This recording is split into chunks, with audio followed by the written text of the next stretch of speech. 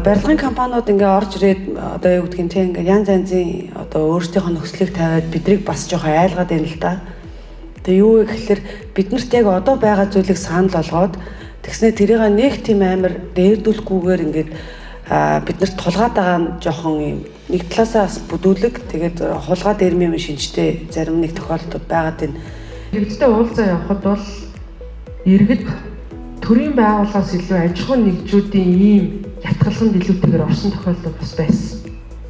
Тэгээ эцсийн өчид орон байргүй болчлоо гэдэг дээрээ төр дээр ирдэг.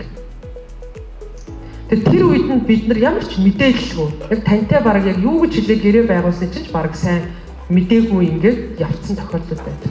Зах хэмжээний иргэд зөвшөөрсөний үндсээр танаад төсөлтэй тавьсан, нийслэл төсөлтэй тавьсан. Мэргэжлийн хяналтаас манай байрыг угнаасаа амьдрах боломжгүй гэдгийг тогтооцсон байна. Амьдарч байгаа бид нар хүртэл одоо сантехникийн шугам, байрны хан шал ингээд хотоодог, хөдөлдөг, байр халдахгүй зөндөө асуудал байгаа. Тэгэхээр ихэнх нь энийг зөвшөөрсөн байна. Бидний одоо хүсэж байгаа юм болохоор нэгдүгээр стандарт шаардлага хангасан зах хэмжээний эрх бүхий ажил үүргээ явуулдаг шүүх цагдаад одоо асуудалгүй тим компани барилгын компани юу сонгон шалгаруулалтанд оруулах бидний үнэхээр 80% саналаа өгөөд одоо тэр хүртлээр явах юм бол одоо барилгын чанар тавих чинь маш чухал тийм үү?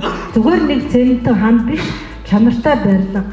Тэрнээс гадна одоо байгаа орчноо муудуулахгүй орц гарт сайтай одоо тийм сайн байшин барилга компанийг одоо сонгон шалгаруулахад туслах хяналт тавих одоо тийм ажлыг танах хийж өгөх юм байна.